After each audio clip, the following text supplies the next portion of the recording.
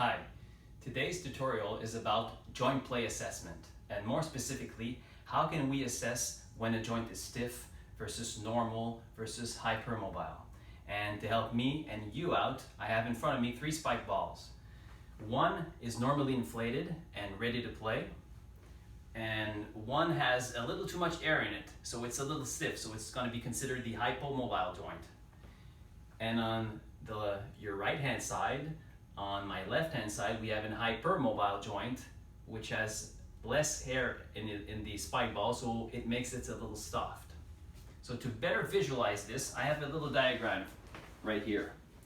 So in a normal joint, when you put pressure on the joint surfaces, at first the joint won't give much resistance to your pressure. This is called the neutral zone.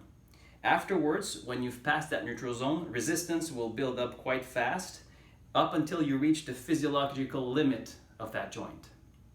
Now, in an hypomobile joint, what happens is that the neutral zone will be a little limited, as well as the physiological limit.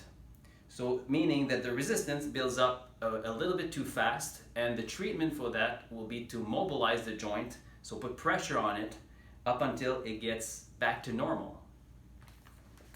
In comparison, in a hypermobile joint, now the physiological limit and also the neutral zone is way larger than on a normal joint. So the treatment for that won't be mobilization, but more motor control exercise. And for that, you'll see more in the next semester's course on motor control.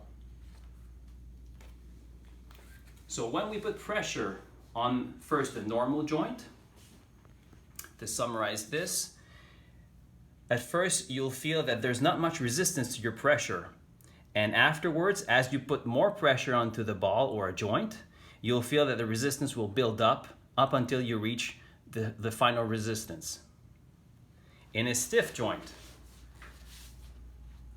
your first barrier resistance will come way quicker, and you'll feel that the limit to your movement comes faster than on a normal joint. So you'll need to mobilize this joint in order for it to recover normal mobility. And finally, on an hypermobile joint, you won't feel much resistance to your pressure, and the final resistance will be later to your pressure. So it's not on that type of joint that we normally mobilize. We'll try to control that joint. So when do we know when a joint is normal, stiff, or more soft or hypermobile? Depends on 2 things. Some individuals are more mobile than others. So the first thing you have to do is always to compare the affected side to the unaffected side of a certain individual.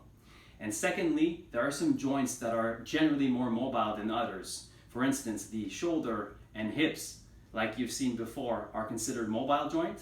So they'll have more movement when you put pressure on it, as compared to stable joints like the elbow and the knee. So you have to take those 2 things into consideration and try to feel in the lab session that you'll have this week the resistance in different soft tissues of different joints.